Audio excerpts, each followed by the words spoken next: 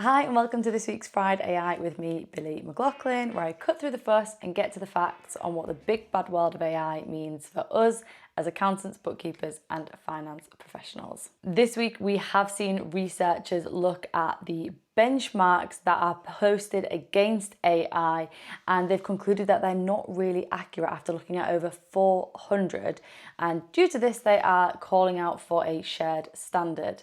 We've also seen that UK schools are now going to be teaching AI, specifically spotting misinformation and disinformation. This is going to be a post-16 qualification, and ultimately I do think that we will start looking at this for potential jobs, people having this on their CVs and wanting people that are coming into our practice to be trained on this data and AI qualification that is coming into schools. I'm starting with something quite exciting that happened at the beginning of last week, which was HMRC's announcement that they're going to be rolling out Microsoft 365 Copilot to 50,000 employees by the start of next year. Simon Price, who heads this up, has talked some ridiculous figures in terms of productivity, how many millions of hours are going to be saved, and also how they are going to do it.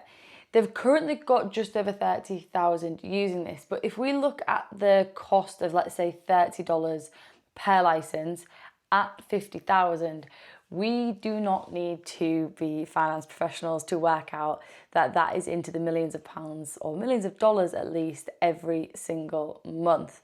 So I really hope the productivity gains that HMRC think they're going to see, they do actually see. This is the biggest UK government rollout of its kind, according to Accounting Web. And also it is worth noting that every employee has to complete a 90-minute training before they get access to this license. And I've seen this in some huge organisations across the world. This seems to be common standard. And maybe it's something that you should implement as well within your practice, that if people want to access these tools, maybe they need to do some compulsory training first. Microsoft absolutely is the choice for a lot of accountants and bookkeepers, and over on the AI Practice Academy we have Dan, who is an absolute whiz genius on Microsoft 365 and Copilot, so do go check out the academy there and help you and your team use it properly. Next up is some news from Shopify, and it feels like e-commerce is becoming a bit of a staple on the FridAI show, and that's because it is growing so much. So we've spoken a little bit about how people are going to be using large language models to do their shopping, and how do you actually appear on a large language model as a search engine like you used to do with Google. Well, Shopify have said that they've seen a 7 times increase of people directing to their websites from AI models. This sounds like a lot, but I just kind of want to be a little bit cynical for a second, because back in January, which is where this 7 times is benchmarked from, how many people used large language models to access websites to then shop? Probably not that many. So if it was 10 to then now have 70 isn't that impressive. If they already had 10,000, then yeah, 7 times is a lot. But I always think we could do with the figures rather than just the multiples. Having said that, they have also reported a huge increase of 32% year-on-year revenue in Q3, and they do attribute quite a lot of that to that AI direction to their websites. They've done some statistics as well, some surveys, and 64% of shoppers do believe that they're going to be using AI to do their shopping and find items in the future. So it is worth noting, and as always, please make your e-commerce clients aware of this because it is the next big thing.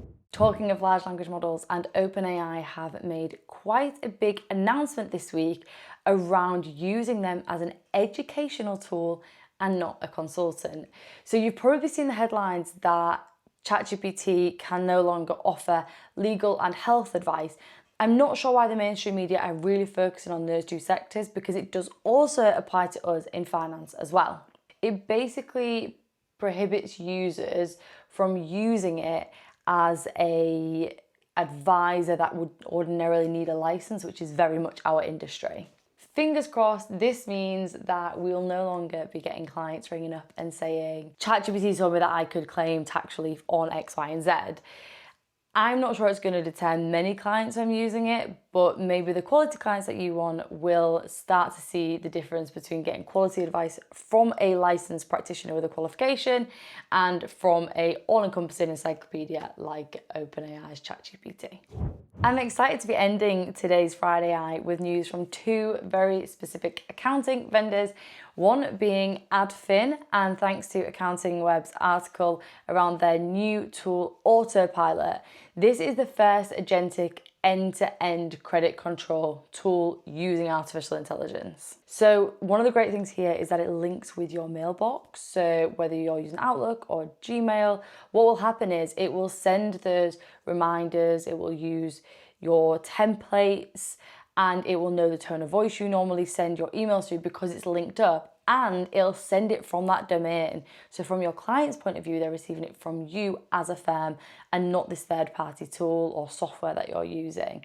I like this. I think people get much better responses when it comes from the correct domain, and Adfin have quoted that they believe people will get paid 73% faster using this. Bear in mind, Adfin have presented this assistant as exactly that. It is just an assistant and in no way is trying to take the job of a human being, so we'd love to hear that too. If you haven't been and read that Accounting Web article, I would recommend it because there are some other feature releases not specific to AI that you might want to hear about. And last but certainly not least is Briefcase, who have launched supplier statement reconciliation.